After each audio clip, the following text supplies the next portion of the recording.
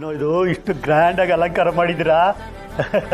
ನಿನಗೂ ಶ್ರಾವಣಿ ಅಮ್ಮವ್ರಿಗೆ ಒಂದು ಮಗು ಆಗಿದ್ರೆ ಇದೇ ತರ ಗ್ರ್ಯಾಂಡ್ ಆಗಿ ನಾಮಕರಣ ಮಾಡಬೇಕು ಅಂತ ಅನ್ಕೊಂಡಿದ್ವಿ. ಆದ್ರೆ ಅದಕ್ಕಿಂತ ಮುಂಚೆ ಆ ಭಗವಂತ ಸಾವಿತ್ರಿ ಮೂಲಕವಾಗಿ ನಮ್ಮ ಆಸೆನ ಈಡೇರಿಸಿದ್ದಾನೆ.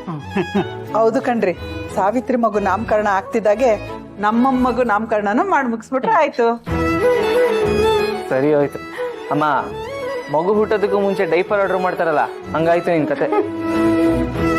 ಇದೇನಿದು ಸುಬ್ಬು, ಡೈಪರ್ ಆರ್ಡರ್ ಮಾಡೋದಾ?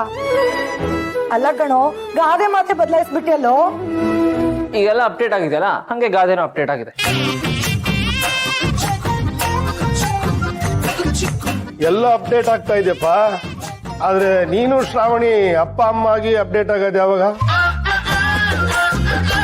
ಏನ್ ಮಗಳೇ, ನಿಮ್ ತಂದೆ ಹೇಳಿದ್ ಕೇಳಿಸ್ಲಿಲ್ವಾ? ಉತ್ತರ ಕೊಡದೆ ಹಾಗೆ ನಿಂತಿದ್ಯಾ? ಅತಿ ಶೀಘ್ರದಲ್ಲೇ ನಿರೀಕ್ಷಿಸಿ.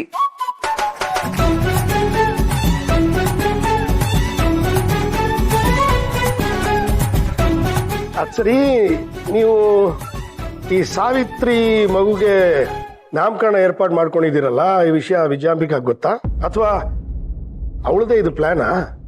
ನನ್ಗೇನು ಹಾಗ ಅನ್ನಿಸ್ತಾ ಇಲ್ಲ ಅಪ್ಪ. ಆ ಮದನು ವಿಜಯಾಂಬಿಕಾ ಮಾತಕ್ ಬಗ್ಬೋದು, ಆದ್ರೆ ಸಾವಿತ್ರಿ ಅವಳ ಮಾತನ್ನ ಕೇಳ್ಕೊಂಡು ನಮ್ಮ ಹತ್ರ ಸುಳ್ಳು ಹೇಳಲ್ಲ. ಹೌದು ಯಜಮಾನ್ರೆ, ಇದನ್ನ ನಾವು ಮನಸ್ಫೂರ್ತಿಯಾಗೆ ಮಾಡ್ತಾ ಇದೀವಿ. ಸಾವಿತ್ರಿ ನನಗೆ ಅಣ್ಣ ಅಂತ ಕರೆದ್ಮೇಲೆ ಅವಳಿಗಿದು ತವರು ಮನೆ ಇದ್ದಂಗೆ. ಅದಕ್ಕೆ ಎಷ್ಟೇ ಕಷ್ಟ ಆದ್ರೂ ಅವಳ ಮಗು ನಾಮಕರಣ ಇಲ್ಲೇ ಮಾಡ್ಬೇಕು ಅಂತ ನಾವು ಗಟ್ಟಿ ಮನಸ್ಸಿಂದ ಡಿಸೈಡ್ ಮಾಡ್ಬಿಟ್ಟಿದ್ವಿ. ಒಳ್ಳೇದು ಸುಬ್ಬ. ಆ ವಿಜಯಾಂಬಿಕಾ ಮದನ್ ಏನೇ ದ್ರೋಹ ಅನ್ಯಾಯ ಮಾಡಿದ್ರು ಅದ್ಯಾವುದನ್ನು ಮನಸ್ಸಲ್ಲಿ ಇಟ್ಕೊಳ್ದೆ ಮಗುಗೋಸ್ಕರ ಈ ಕೆಲಸ ಮಾಡ್ತಾ ಇದೆಯಲ್ಲ, ಇದು ನಿಜವಾಗ್ಲೂ ಪುಣ್ಯದ ಕೆಲಸ ಅಲ್ವಾ? ಮತ್ತೆ ಒಳ್ಳೆ ಕಾರ್ಯ ಮಾಡುವಾಗ ಯಾರಾದ್ರೂ ಕೆಟ್ಟದ್ದು ಯೋಚನೆ ಮಾಡಿದ್ರೆ ಕರ್ಮ ಸುಮ್ನೆ ಬಿಡುತ್ತಾ? ಆ ಮಗು ನಾಮಕರಣ ಮಾಡಿ ಒಳ್ಳೆ ಮನ್ಸಿದ್ದ ಎಲ್ರೂ ಹಾರೈಸೋಣ. ಅವ್ರ ಅಪ್ಪನ ತರ ಅವ್ರ ಅಜ್ಜಿ ತರ ಆ ಮಗು ಆಗದೆ ಇರ್ಲಿ. ಆ ಮಗು ಒಳ್ಳೆ ಸಂಸ್ಕಾರದಲ್ಲಿ ಬೆಳಿಬೇಕು.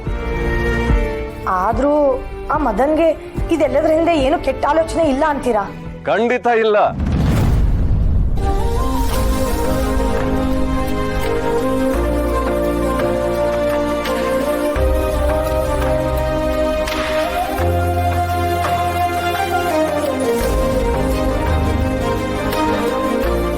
ಮಗು ಮೇಲಾಣೆ, ಆ ತರ ಕೆಟ್ಟ ಉದ್ದೇಶ ಯಾವುದೂ ಇಲ್ಲ.